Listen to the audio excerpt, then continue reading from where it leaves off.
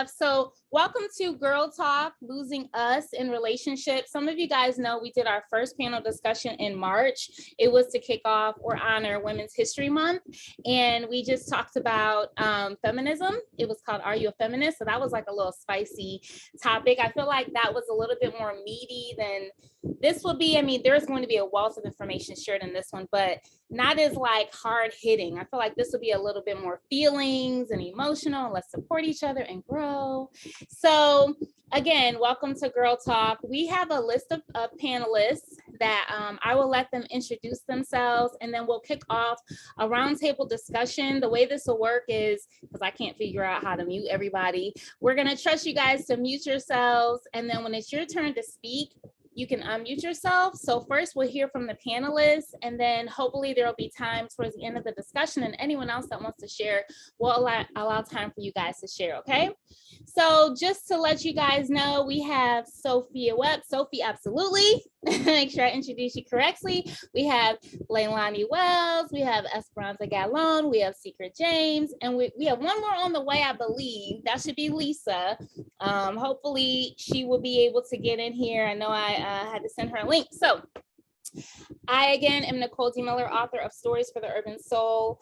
I specialize in featuring Black characters and storylines infusing spirituality. You can learn more at my website, NicoleDMiller.com. You can also follow me at HTOHB on Instagram, my new publishing company at Nicole.DMiller, and Facebook.com/HTOHB. All right, so we can do an order where I can call on each of you guys, and then you can just keep your order and we'll switch it up throughout the roundtable. We kind of did that last time and that worked. So remember your order, and I'll shoot out the question. You can first introduce yourself. So the question is going to be light, just an introductory question. So the first question is, what do you like to do in your free time? So this is the order. Sophie, absolutely. Leilani Wells, Esperanza Gallon, Secret James. So what do you like to do in your free time? Hey, you all. My name is Sophie, absolutely, as she said. What do I like to do in my free time? Oh, wow. Honestly, y'all, I like to just chill. Like, seriously, I do so much on a regular basis. It's just a kind of part of my work. I kind of got to be out on the scene. So I very much enjoy my alone time, my chill time, or just, one-on-one, not having to exert too much energy. So I just like to chill. I like to lay up. That's what I like to do. So do you want me to say anything else about myself, or just kind of keep it there? You can also share, what are you hoping to get out of this conversation? Okay, sure. So I am hoping to gain, actually, I thought what Stephanie said was perfect, like nuggets, as well as being able to offer up some really great nuggets as well. So I'm looking forward to hearing from all types of women, and yeah, thank you for having me. And you can let us know what you do and how we can support you. Awesome. Okay. So I wear quite a few hats, as I'm sure a lot of women on this call do. First and foremost, I would like to just say that I'm huge on the community building community. So being a community leader, I've been cultivating a community space / network called The Circle. It's more of a private thing as of now, but we're kind of opening up to the public. Just basically, we're in some times, y'all. It's been a lot of current events, and so just wanted to create a network of support so that as things get hopefully better, or if they may get a little bit tougher, we can definitely have a space to be able to support one another. So outsourcing resources and things of that nature is huge. So I'm big on connecting with multiple people. And then lastly, I'll just speak to my company that I'll be officially launching in November, called Black Widow Management and Productions.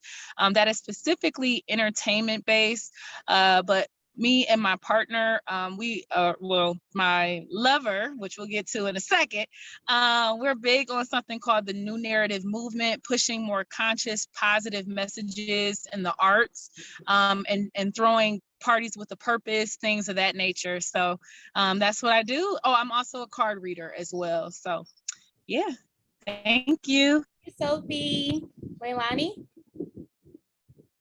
I love it. Nice to meet you, Sophie.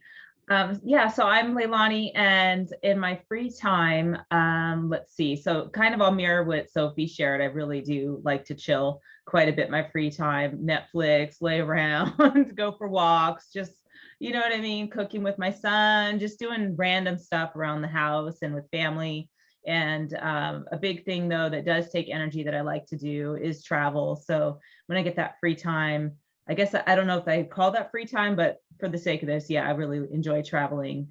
And yeah, that's what I think the next question was what I'm looking to get out of this. I just think it would be really fun to hear from all of you ladies and just hang out. I hope you don't judge me. I saw it on the banner, but I brought my wine. So Girl, get it.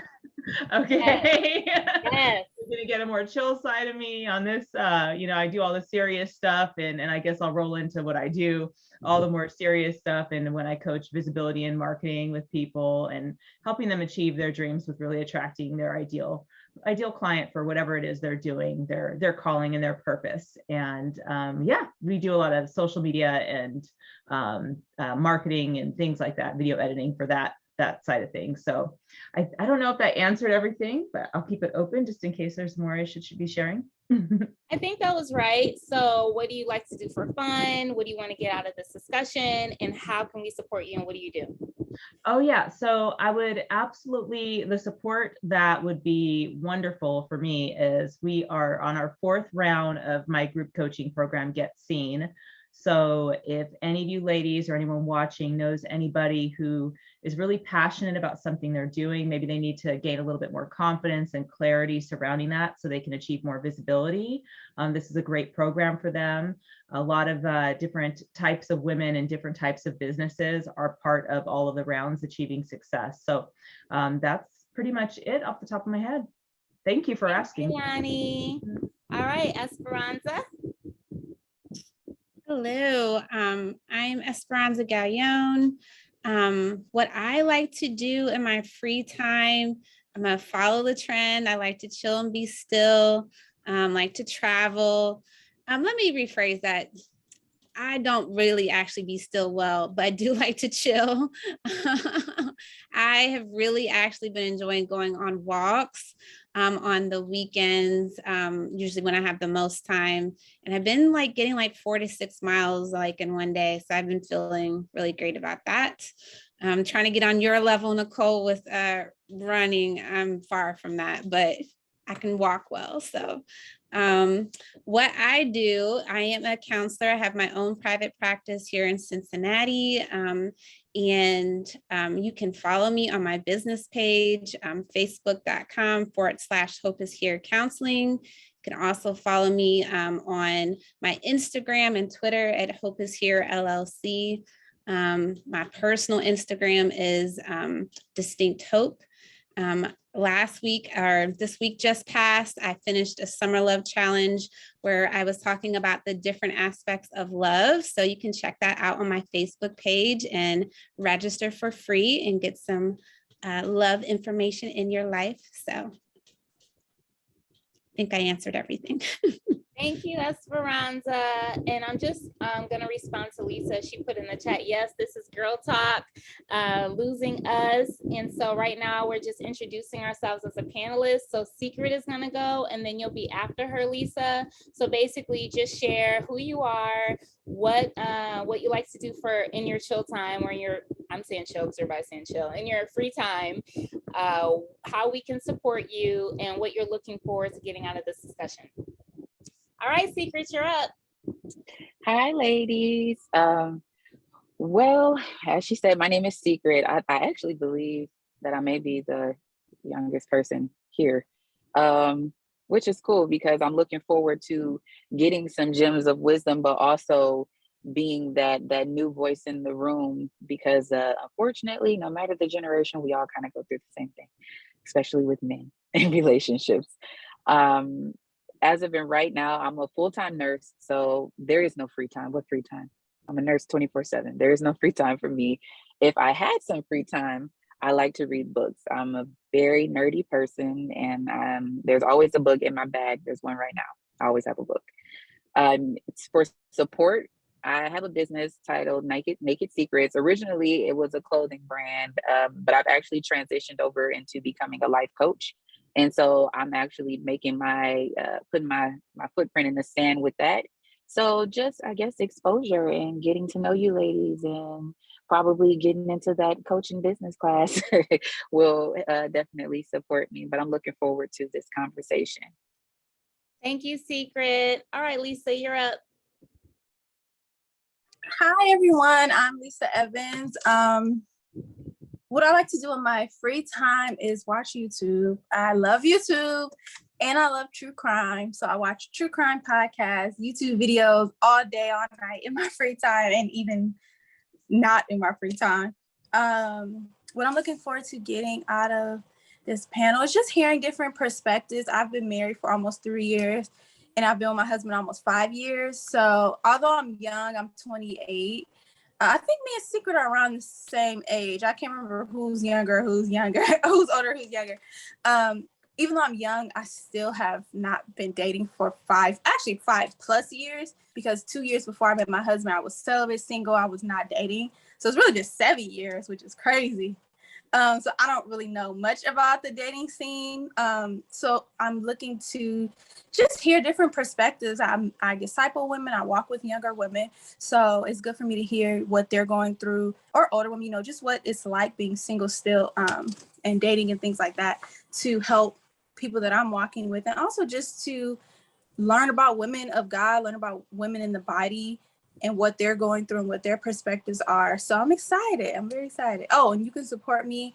I have a faith-based Christian candle company, faith-based Christian candle company. It's called Spirit and Truth Candle Company. And you can find that on Instagram, Facebook. You can also follow my blog page as well. So that's how you can support me. Thanks, Lisa. And you guys can put your brands and companies and things in the chat, and I can send them out on the email. I would like to introduce myself as well. Again, Nicole D. Miller. And what I like to do in my free time is read. Clearly, I'm a writer, but I also love to just listen to music. So anything with music, and my cat, who's clearly about to be in the Zoom with us. And I love talking on the phone and be with my friends, but I don't know if that's considered chill time. So what I'm looking forward to get out of this, I'm hoping there will be greater edification and empowerment for us as women. I don't think you have to be, single to get something out of this. I think it's just us learning and growing in our romantic relationships. So I'm hoping it's beneficial for all. I'm glad you guys touched on the age thing, because that was one thing I was excited about, is that we do cross several generations, but I think that we all have this in common as women. We're just kind of wired a certain way. And I think this discussion can help us encourage each other, support each other in navigating healthy relationships with our significant others. All right, so I'm about to throw out the first question. We're going to keep the same order, and then we'll switch it up during the talk. So we have Sophie, absolutely. Then we have Leilani. Then we have Esperanza, then Secret, and then Lisa. So here's the first question. Have you ever struggled? And if you guys are not comfortable with answering, just say pass. There's no pressure. Have you ever struggled with pursuing purpose while in a romantic relationship? Oh, yes.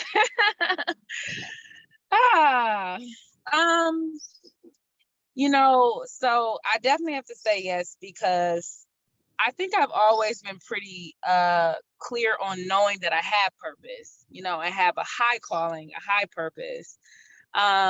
But within relationships, I've had a lot of different types of relationships, just being honest, shout out to Stephanie on the call. She was a big sis back in the day. So I was calling her for advice, but no, I definitely love hard, and I have very strong emotion. I'm very sensitive. And so sometimes it would feel like, even though I was, and it could have been a healthy relationship or a healthy exchange, but sometimes it was hard to keep those boundaries, or those things that I need to put it in place for discipline to stay on track with that purpose. I might get caught up in wanting to spend time that I didn't have, with this particular person. And sometimes being so caught up in wanting to help him pursue his dreams and his purpose, which I do think that to an extent when you're in a relationship, it and maybe not always, but I think that sometimes within relationships, you are called to each other's purpose, even if it's not quite directly within the same thing, but you're there to help be a support, be an encourager. And so I know that as a woman is a part of my purpose for my significant other. But it can be very difficult to keep those boundaries of time. I think time was like the biggest thing, because I like I said, I like my chill time, okay, and I love my cuddle time, okay. But really just taking the time to step away and focus and just sit and focus. So I would say that's the biggest thing that comes to mind when I hear the question. Thank you for your honesty. Leilani? So yes, I have struggled with this in so many different ways, because everybody's different, right? And I think there's so many layers to it, where it can be a great thing or it can be problematic to be discussing, or even just doing your business and being a business owner with your partner and just coexisting in that space, if it's something that you guys, for instance, didn't embark upon together. And so there's times that I noticed, and this is something I just came to the realization of even years after the fact, but I noticed that a lot of times it's not that our partner doesn't support us in our business making decisions. It's that as a business owner, and especially as women, we go through these freak out stages when something's coming up in our business. And if we talk to our female business partner friends, they all know that we're going to get through it. We just need to get it out, right? And then they know what we're capable of. They know that we chose the right vision. It's our vision, just like they chose theirs. And we just need somebody to kind of listen to. And I found that I didn't realize that my partner at home wasn't someone I should be doing that with, because their job is our protector. And so if we're not coming in front of our partner saying, I feel fully confident and I'm not saying the words, I feel fully confident. I'm saying if they sense that we don't fully believe that it's going to be successful, then innately they're going to know that, well, you don't believe that, so it's not, it's not that they don't believe in us, it's that we don't believe in that moment in ourselves. And so they may perceive it as not just a moment trying to protect us, and then now it's just spiraling from there, oh, stop doing that, shut it down, go here, go there. And that all could have been avoided, right, in situations like that. And other aspects, I've had situations where I've had such support, where it's it was preemptive to my freakouts, where it's you are amazing, you are this, you are that, you can do it, don't you see how amazing you are, don't you see what you've got going on? So yeah, I think that it can be difficult and great. It just kind of depends on who you're with and how you're handling the situation, and understanding yourself, who you're with. Should you talk to them or should you be talking to somebody else, right? So yeah. That's a really good point. Thank you for sharing, Leilani. Esperanza? Yes, I would definitely say this has been a challenge for me. When I think about younger me in dating, the challenge was me not knowing my purpose. So the person that I was dating they were supporting me. It was super supportive, but didn't know to support me to do what, go where and do what. And so because of that, I found it very easy for me to fall into that relationship and be more focused on the guy that I was dating versus on what I was supposed to be doing, because I didn't really know what I was supposed to be doing. And I'm a natural helper. And, Sophie, she kind of mentioned that contribution, but it was not mutual. Not because of the guy that I was dating, just I didn't know what I was doing for me. So So that has been a big challenge. And I feel like present me, going off a little bit of what Leilani would say, of that protective piece showing up a lot more of, I don't know if that's wise to do. And so a little bit of that conflict in purpose of, you know, the guy that I'm dating now wanting to make sure I'm okay and not always being okay with the risk that I might take and just kind of looking at my overall well-being. And I would say the other challenge with purpose, even though it's a good thing, it's been a very hard thing of my partner now being super supportive, but also sometimes seeing me bigger than what I see myself as, and like, oh, you should go do this or go do that. And I'm like, whoa, whoa, whoa, wait a minute, like bump your brakes. Like that was like future me, like, you know, 10 years from now me. And he's like, well, why couldn't you do that now? Because I'm not ready. So a little bit of pushing me out of my comfort zone, which is extremely uncomfortable. And I find that more of a challenge in present time me versus younger me. Thanks for sharing. Secret? Yes, so I 100% have experienced not being able to find purpose in a relationship, it's definitely to what everyone has honestly said. It does become that issue of you're trying to tell someone what your dreams are, and they're trying to push you a little bit harder than what you're ready to. But I don't think it's because they don't know your strengths. I think it's because we don't see our strengths in the light that someone else would see it if they, they're looking for it.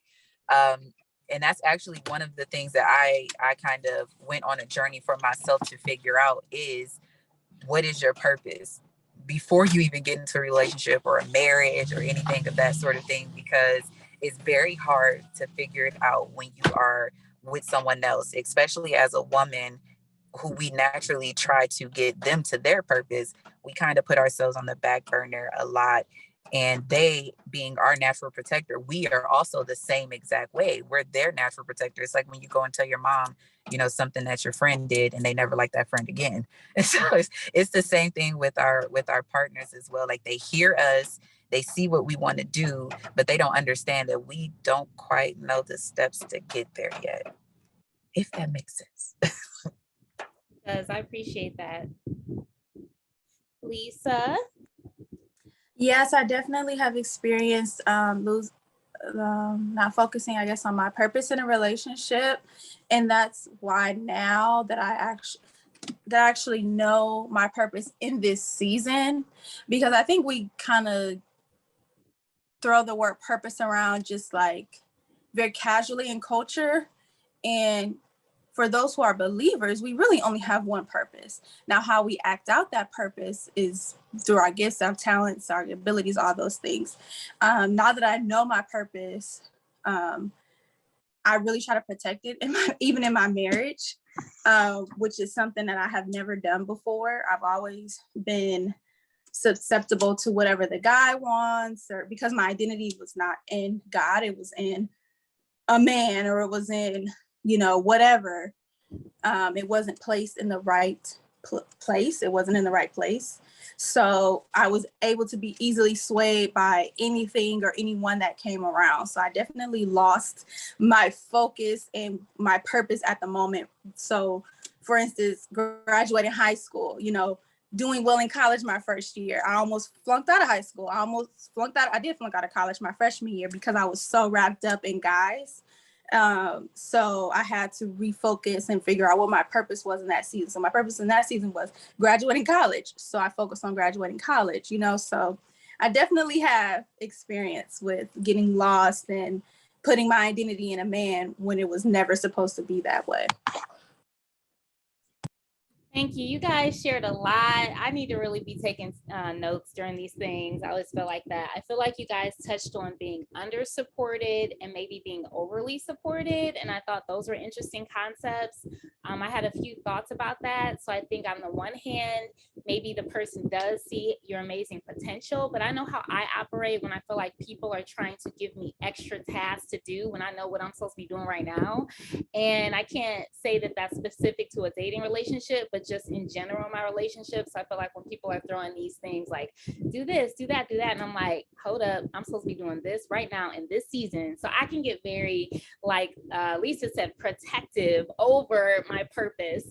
We keep using that word purpose. So I do think it's important for us to kind of share what that means to us. For me, I definitely feel like I have not started walking in this part of my purpose until Urban Stories came out. Before then, I was moving in one way, which was mostly corporate. And then I did transition into entrepreneurship. So that was a step in that direction. But once Stories for the Urban Soul came out, it was like boots on the ground, here we go. And it's still unfolding, but there's definitely a fire and a drive in me to pursue that with passion. I will say when I was younger, I totally lost myself. And that's why I wrote How to Overcome Heartbreak, because I just didn't know who I was. 18-year-old Nicole didn't know who she was. She didn't even know about a purpose. And so I did wrap myself in that man and in that relationship. And when that ended, I lost myself. All hell broke through. Thankfully, it brought me closer to God. And it's been a step-by-step journey of rebuilding. So what I will say is I definitely feel like I lost myself back then. In my dating relationships as an adult, it hasn't been like that extreme. I will say I think it's been nice when I've had someone that I've dated who gets it, who's in it, who's pursuing passion too. And those have been like the best moments when we're both focused, we're both laser focused on the goal. We can partner together and meet the goal. So that's been amazing, but it's taken years for me to have that experience. So I wanted to throw out a couple of things because I really like that language that Lisa used, protecting her purpose. So I kind of want to change it up and maybe we could start with Lisa since she used this term and then move backwards. So Lisa, then Ho or Esperanza, Leilani, Sophie, absolutely. I'm trying to remember y'all names, and then Secret. And I guess the question would be, let's expound on the word purpose. So what does that mean to you? How can you protect your purpose? What are tips and ways that you can protect your purpose, or how have you protected your purpose and that's worked for you? Great question. So as a believer, I'm a Christian. My purpose on earth is to spread the gospel, and my purpose is to make disciples. That's what the Bible says. That's what I believe. Now, how I do that is through my writing. It's through my social media. It's through my candles. It's through my gifts, my teaching, all the gifts that God has given me to express the gospel, God's love, all those things to bring people closer to Him. That's why I was created out. I think, that's why I was created as a believer. The other question was, how do I protect it? So I think a big key is knowing your identity. You won't know your purpose without knowing your identity. So you have to figure out who you are and then figure out why you're here, your purpose. So I just am now figuring out who I am and becoming very strong in who I am because I have placed my identity in God.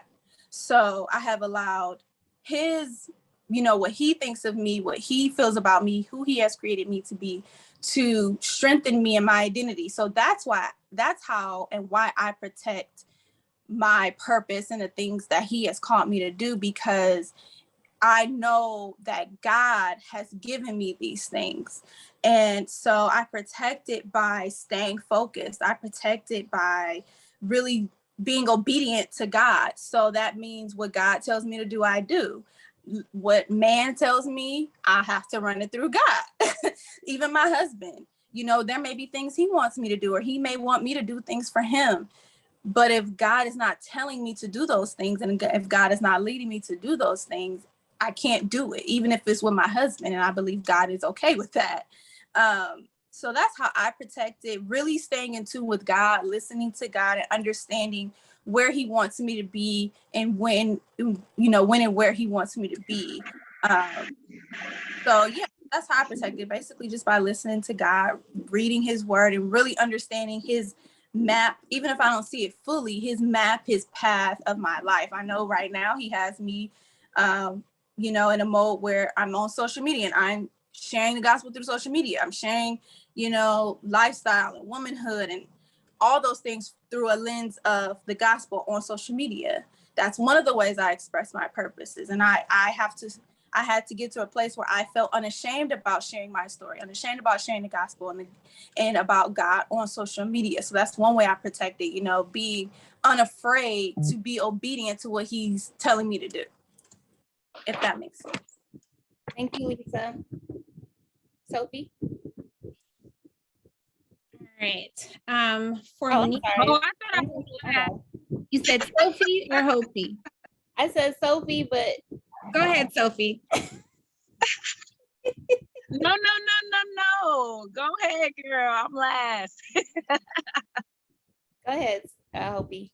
All right. I didn't know which name you were calling me by. For me, purpose, to piggyback off of, what Lisa said, as a Christian, and is being able to love God and know how God wired me to serve people in the earth, how he made me and what he's called me to do that only I can do. I also feel like in, recent years, even recent months, understanding that purpose is not as small of a box as I thought it was, of like just one thing on earth that God has called me to do. And so realizing that I might have different purposes in different seasons of my life, or even a purpose that might be lifelong might evolve and how it looks, over time. But yeah, doing those unique things that God made me to do on earth. So that's how I define purpose. In terms of protecting it, is being able to talk with my loved ones about it. They have a great support system and they hold me accountable. I can run decisions by them, because sometimes there are things of purpose that are very clear that God did not call me to do that. Like, I don't foresee God sending me, back to school to become a doctor. Like, never say never, but I don't feel like that's something I'm called to do. But there's other times when I have purpose decisions to make that look like two really good opportunities. And that's where my support system, that counsel, can help me to say like, no, that's a good opportunity, but that doesn't have anything to do, or not going in the direction of what God's called you to do. So I find that like really helpful. Also, I'm coming more and more to realize to protect my purpose is also to protect myself and my health, and not run myself ragged, which is a work in progress. But, I can't do the things that God has called me to do if I'm not in good health to do those things. So that's kind of what I'm working on right now in order to better protect my purpose. Thanks, Hope. So yeah, I feel like a lot of what you shared, Esperanza, about how it can be, your purpose can be different things. It's, for me, I feel like your purpose can be different things at one time and also at different points in our life. And I think it's like very much tied to our essence and just, who we are, like an inner knowingness. And I think that the more that we are tapped into ourselves, that inner knowingness, and to, like you guys share, to God, and whatever we all individually feel is that I know, and that's that. If we are very, very in tune with that and clear about that, and then in addition to that, have rules that we've given ourselves that we've established anytime somebody comes at us with the shoulds. You know, to me, the shoulds are a total red flag. You know, if someone's shoulding all over you, you know, that's a total red flag, because how do you know what I should be doing? Have you lived in my body my whole life with my life experiences, you know, for 43 years? Do you know what I really should be doing? No, that's not something you know. So for someone to not just be presenting ideas based off of how they see me in this moment in time in front of me, then that would be someone I would take in a little bit of what they're saying and then say, does any of this feel like it's me at that point? Do I recognize that, right? And so for me, as far as what is a purpose, it is something that we know deep down inside and that we only question in certain moments. We always know it though. We always know, if you look back in your life, you know how you've helped people, you know what you've done, you might have done it in different ways, but it's all the same thing that you were doing for someone, the same outcome. And so just a big factor in protecting that for me is just standing clear on my boundaries and knowing how I'm going to do that in advance. If someone shoulds on me, I just respectfully listen and I'm polite, because maybe they don't realize what they're doing. And I have like this imaginary shield, so I don't internalize what they're saying and I'm still able to be nicey, you know, if I need to be. So yeah, that's what I do.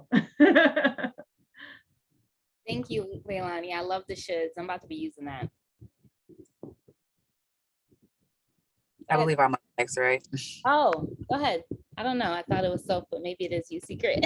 It's me and then Sophie. Okay.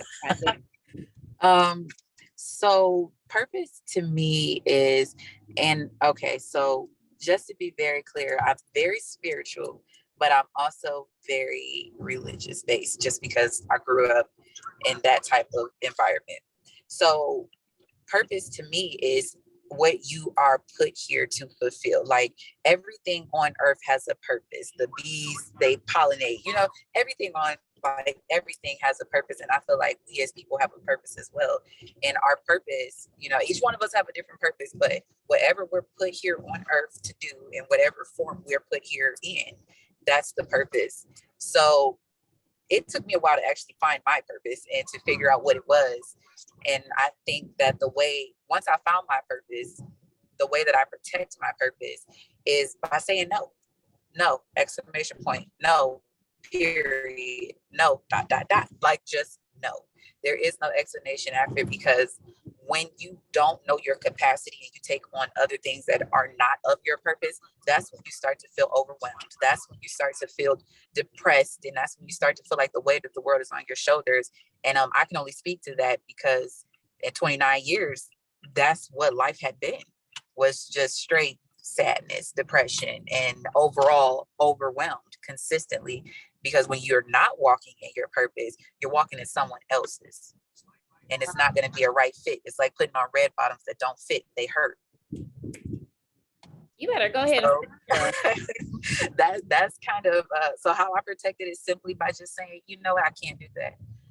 I turn down events. I will turn down offers. I will turn down anything. I don't care how much money it is. If it compromises me in any way, shape, or form, I'm not doing it, because I've done it for so long already. So now it's just time for me to actually walk in my purpose and experience what that feels like without all the added stress. And I love that shit, so I'm gonna use that. Mm-hmm. We all stealing the shoulds from you, Leilani. Just hashtag Leilani. Yes, you get all the credit. It's on you, so. Sorry, it's taking forever to mute here. Unmute. I missed the shoulds comment out of breakaway, so I'm gonna hit you up, Leilani, for that. Secret, I really, really appreciate what you said, because that's kind of the area I was going into. So I do remember someone mentioning how like our purpose is attached to our identity. And so to protect my purpose is like huge to have my alone time. We just keep going back to this alone time. Like I gotta tap in with self, like, you know, because there's a lot, see, and this kind of goes along with what Secret said, like sometimes there's a lot of good opportunities. like they sound great, you know. Some of them be feeling like that. It kind of feel like that's a semi attached to my purpose, you know. You figure out ways how to make it a part of, but it's like, girl, no, sit down, like, you know. And so I think that's one of the biggest ones, is having to slow down. And I have to do a lot. I have to be better at that, because a part of my identity, I'm a mover, I'm a goer, you know. I do slow down, and I have to do a lot. I have to be better at that, because a part of my identity, I'm a mover, I'm a goer, you know. Right. I do slow down, and I have to do a lot. I have to be better at that, because a part of my identity.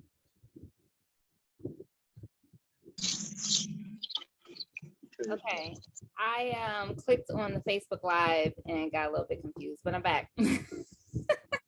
So I guess it's my turn. I would say purpose to me is who I am eternally. It is branching off of my eternal identity and how that manifests in the natural.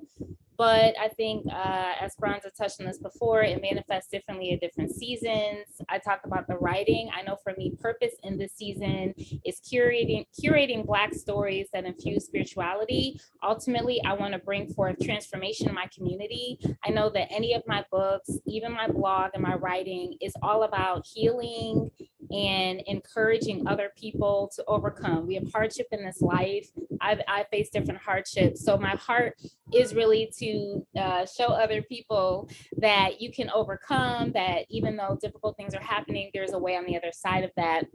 I think Esperanza also touched on community. I'm huge on that. So that's been really great in me learning my purpose, having that tribe, having those sisters and those people that you're doing life with who love you genuinely. And it's really an iron sharpening iron type of thing. They help you grow, they help you mature. So for me, protecting it, I love what Sophie said about the alone time. She already knows I'm all about it. I call myself a social introvert. So if you know me on social media or whatever, you probably think I'm out here all the time. But all of those events that I go to, I have to take my naps every day. I have to make sure that I have the energy for them. I took a nap today just so I could be here for y'all. Like, I need to make sure I get mine in for me to reproduce and pour out to others. And I know in different seasons I would look different. If I had kids, it would be a totally different situation. But right now, because it's just me, I have the luxury of allowing myself to get my needs met before I'm moving and shaking, like Sophie said. So I love all those tips. I heard the word boundaries a lot. I did want to share, I went through a really great epiphany in my early 30s, not feel old saying that, but in my early 30s, I had a great epiphany of boundaries in my life and how unhealthy I was in my codependent ways. So a couple of the books that helped me during that time were called Boundaries and Boundaries in Dating. They're by John Townsend and Henry Cloud. And those books were revolutionary for me. They just give you practical tips on being a healthier person. So if anyone wants to check those out, those could be of assistance also. So I'm going to throw out our next question and we will change up the order. So clearly, y'all, I don't be remembering all the orders. So, you know, please remember your order. We're going to start with Secret and then Esperanza and then Sophie and then Lisa and then Leilani. Okay, y'all got it? Because I can't repeat it. Okay, so the next question is, do you think women see their identity through having a man? If so, why or why not? Absolutely.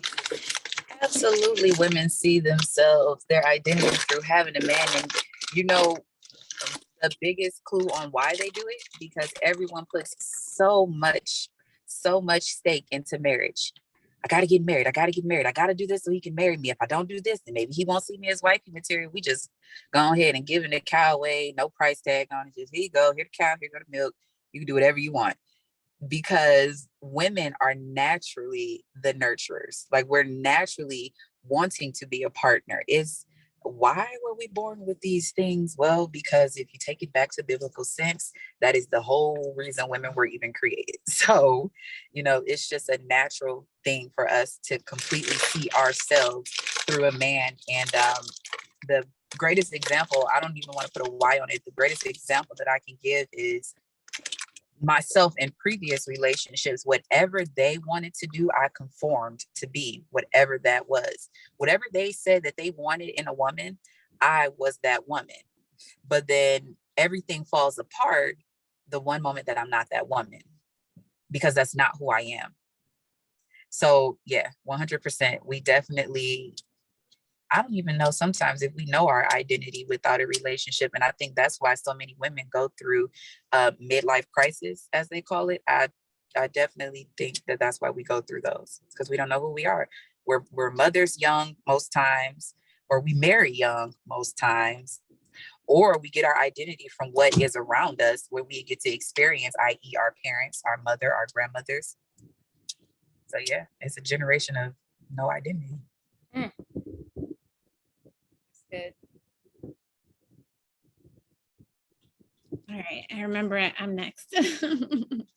I definitely wholeheartedly agree with you, Secret. And I feel like even if the woman herself doesn't feel like that pressure or getting that sense of identity, then those external forces will push it on them. Like I work with kids, and kids have a loose understanding of life. And the amount of times that they will ask me, like, okay, so you're not married, so you don't have kids, please explain to me, are you okay living by yourself? I'm so concerned. Like, they don't understand. And in a cute way, they're like, well, who takes care of you if you live by yourself? But also even grown adults, even other women that will ask, like, well, why aren't you married yet? Or why don't you have kids yet? Or even point blank, I've had like guys on dates say, like, you've never been married, you don't have any kids. Well, what's wrong with you? Like, why aren't you taking it? Like, you seem all right, but you must not be, since these things have not happened yet. So definitely, I feel like the lot of the external pressure, and that I think about that scripture of like Eve desiring her husband. And so that's that natural longing for relationship and family and community, and to be with a man. I think you can definitely get caught up in all that. And in some ways, if you don't know who your identity is, like, especially when you're younger, then like Secret was saying, it's all the more easier to get shaped by whatever relationship or circumstances you're in, versus having the time to have it, figured out. We have that high school, early college years where we'll say, well, what do you want to be when you grow up? But that's really all the time or questions that ever gets put to you about identity. And it's all kind of career focused versus who God has called you to be. So a lot can be misguided. Thanks, Hope Esperanza. Okay. Wait, am I next? Girl, Yes, I am. Right, I forgot you. Everybody said a lot of what I agree with as well. I definitely think that identity for women is heavily to the relationships with their man. Just again, I feel like I'm gonna be repeating, but it's just at the end of the day, women, especially depending on your level of understandings or your belief systems, we were created for one another. And so I just think innately, kind of making it more like broad, but I think that in general, the people we're in relation to is a part of our purpose. So innately, we as women, very specific to our man, it's going to be a part of our purpose. But, identifying, it's difficult, because with me, identity is like a tricky thing for me. I'm kind of like a walking paradox with things. Like, I believe both sides of things. And with identity, I believe identity is definitely something that is innate, and it kind of is just who you are. But I also think that we have adapted certain things that have became our identity based off of our egos, you know? And so I feel like I'm going off topic, but I'll just say that I think in general, relationships in general are a part of our purpose. So innately, the closer you are to a person, it kind of becomes a part of your purpose. And so we have to be careful just with that to not lose ourselves in that. So. Thanks, Soph.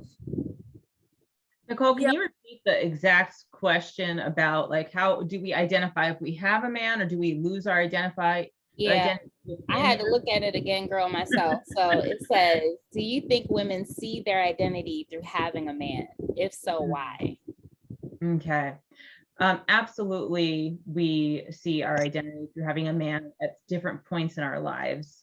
And it's not just age, it's literally situational, I think. I think sometimes at some points in my life, I've strongly identified that to my worth and you know, who I am and all these things. And then other times I'm like, psh, you know, like I don't care, you know, and it's heavily marketed to us outside of the womb, you know, it's like, oh, like this is what we need to have, you know, look at all the Disney movies, like we all know, like, you know, I think Secret spoke a little bit to, yes, of course we do, you know, and I think another aspect is like, okay, well, if you want to have kids too, then that's a way to get lost in that. You know, I'm 43. You know, I am thinking about it a lot because my window's closing, you know, and I don't want to think about things outside of my needs. And every day I like think about that because I'm like, okay, do I have to sacrifice who I am? Like, what is this going to be? Or, you know, do I have to look at what looks differently? So I think there's just so many layers to that. But we do absolutely at different points in our lives, I feel identify with that for sure, very strongly too. Thank you, ma'am. Yeah, I agree with all the points. I think that as women, like everyone said, we were created to literally be a helpmate for a man. But I think all of people, regardless of gender, were created to worship something. God put all of us the ability to worship. Now, ideally, he would want us to worship him. But when we don't, we worship everything else, whether that be money, food, sex, relationships. I think men are just easier for us to worship because we were created for them. So I think that's what also trips up women specifically, is because everyone was created to worship something, ideally God. And when we don't, we worship whatever is next. And for us as men, because we were created to help men. And I think with men, it's more about money, you know, because they were created to be the provider, to work, so they have their identity in their manhood. So I think that anybody, regardless of gender, we are created to worship and bow to something, God. And when we don't, whatever we worship subsequently is where we place our identity. And I think a lot of us, unfortunately, have not been taught at a young age. And that's what I want to do with my children, is to teach them and keep affirming them constantly over and over that their identity is in Christ. I think what also deters us from that is trauma, is societal pressures, like you all were saying, hurt, just a lot of sin and worldly things deter us from really keeping our identity in God and really focusing on God and what we're supposed to do. So I think a lot of women do go through that. And I think it's a combination of things, whether you weren't taught that when you were younger, whether you went through a super, you know, I mean, not even super, but any type of trauma that negatively, you know, altered your identity, which a lot of traumas do. And you weren't able to get the healing and the, you know, teaching to get back to where your identity actually lies. So I think a lot of those things contribute to us as women placing our identity or seeing our identity through men. I think men is just one of the easiest things to place our identity in because we're made for them. And then they're you know, they pursue us. They, you know, they protect us. They do all these things that we want. So it's easy to just, you know, place your identity in a man and their figure. We want to be protected, you know, so when a man comes and they can protect you and provide for you and do all those things that your heart and your soul longs for, it's like, okay, you know, I'm good, you know, that's where I am, instead of really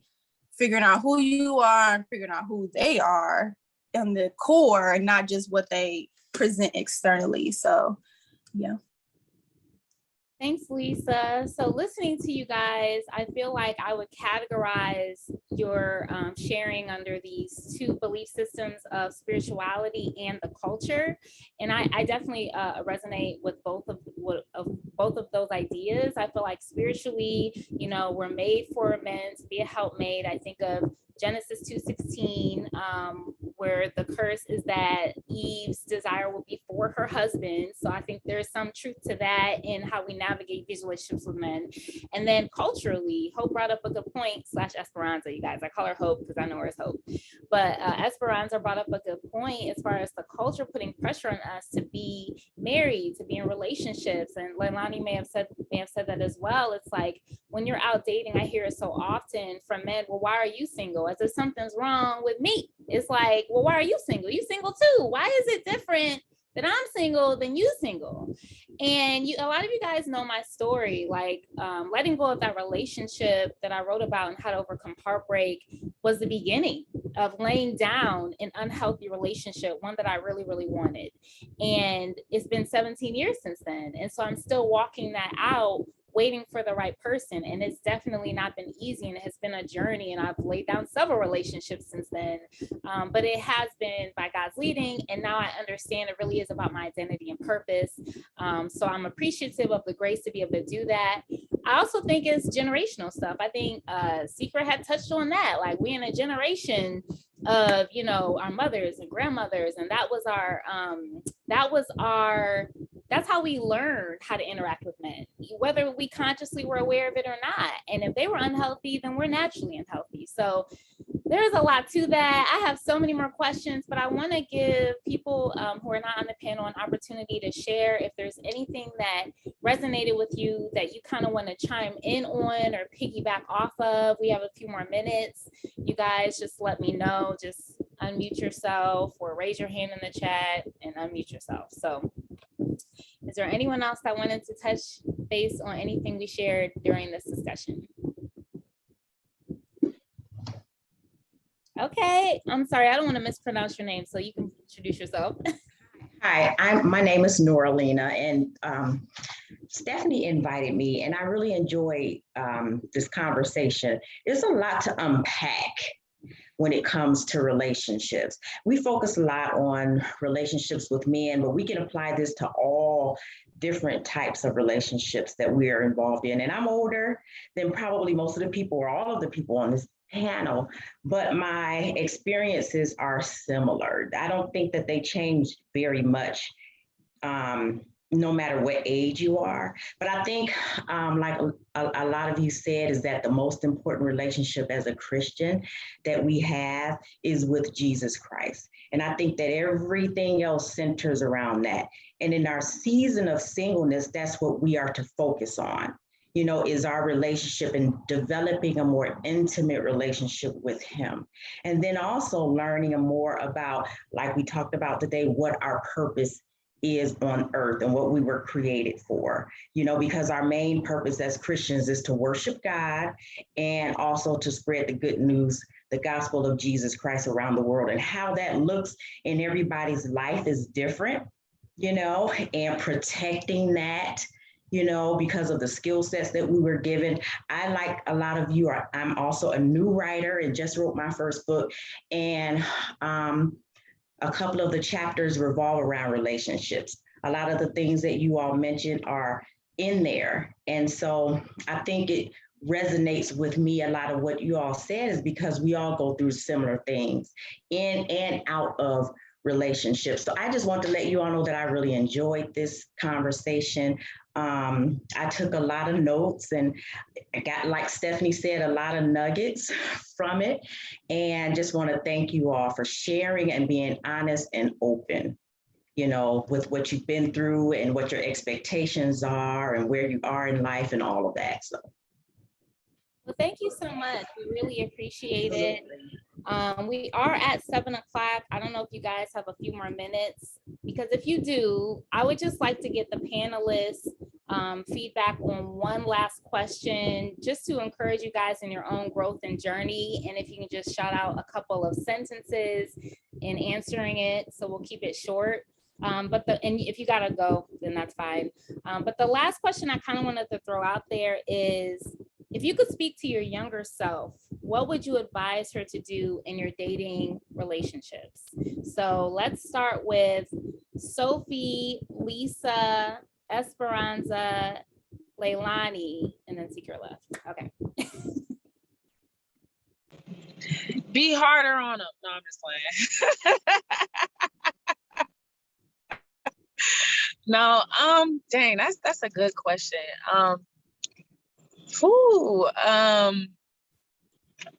Honestly, I think I would just like speak high, elevating words of value and worth, and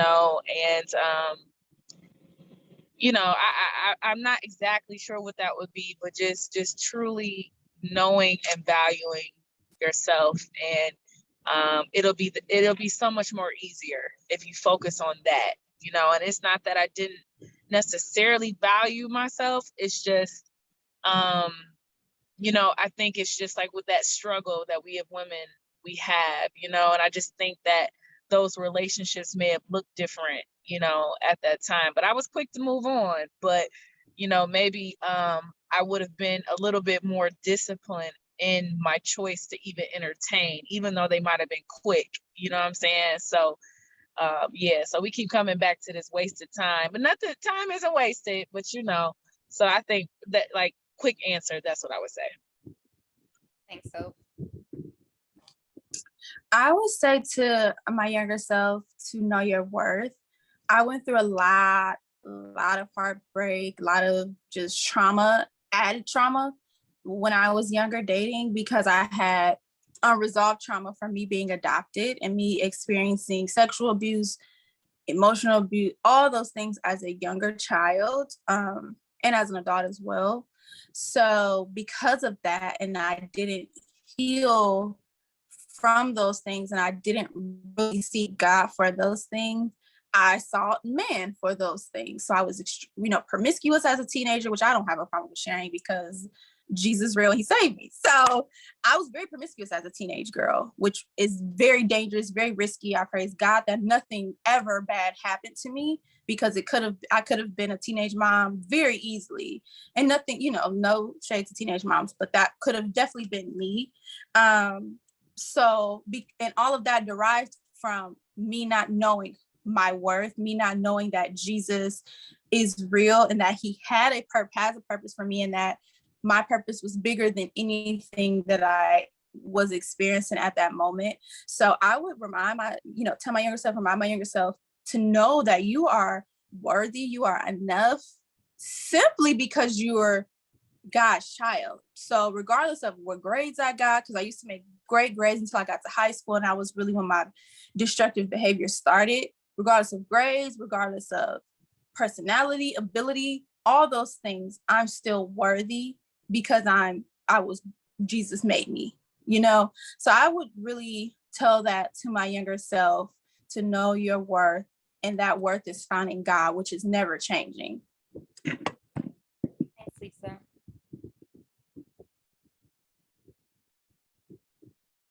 Thank you, Lisa. I was so engrossed in what you were saying. I was like, I forgot it was me next. I would tell younger me that you're already loved by God, that you don't have to do anything to deserve or earn people's love. And I would tell my younger me that the reason why, the relationship I was in at the time, the reason why he's saying that he loves you is because you are lovable. Like, you don't have to be confused about that. That's beautiful. I love that. I would say to date with intention. just understand what you want, and understand that if you date with intention and stay true to yourself, then when a good person is in front of you and you have to consider, am I going to compromise, then you're going to know if this is someone you should be compromising with and shifting with, and it's because it's in alignment with what you want, what your desires are, because we're going to have to compromise in any situation. There's always going to have to be compromise. So that's what I would say. And then the other thing I would say is to pay attention to the unspoken. I think that a lot of things men say, they don't use their words to say. But if we really, just pay attention to that, then we can get all the answers we need by what they're not saying. So that's what I would share with my younger self. That's good. It definitely makes me think of how people show you who they are through their behavior. Like they could say one thing, but their behavior is telling you something different. So I would say there is no reason to be afraid. I think when I look back at my actions as a younger me in relationships, there was the fear of being alone working very strongly. And I know that was generational, fear of rejection, fear of abandonment, all of that childhood trauma stuff. And having walked out this journey of extended singleness, I feel like God's shown me you have an abundant life. You have purpose, you have an amazing experience. And it was all on the other side of letting that one relationship go and then letting these other relationships go. It was showing me that there's no reason to be afraid. And that's why fear is not in love. That's why perfect love casts out fear, because fear makes us think that the worst is going to happen, right? But it's a lie. And so I would tell myself, you don't have to be afraid. You don't have to be afraid to be alone. Thank you, ladies, so much for joining. I really appreciate everything that you guys shared. I love stories, so I just love hearing people's stories. And definitely stay tuned, because we're going to be bringing this panel back quarterly at this time. There will be different topics that we'll piggyback on, but I'm hoping that this group and this platform serves a support system for women. I feel like my target market is women. I'm surrounded by women. I have women in droves. So I definitely want you guys to stay tuned and stay posted. And I so appreciate you giving your time. I know everybody on here is a go-getter and is a busybody. So thank you so much for setting aside time this Sunday evening. And be on the lookout. This will be on my Facebook business page, facebook.com/HCOHP, HB. And it'll also be on my YouTube page as well as in my newsletter. So thanks, guys. Enjoy the rest of your evening. Have a good night.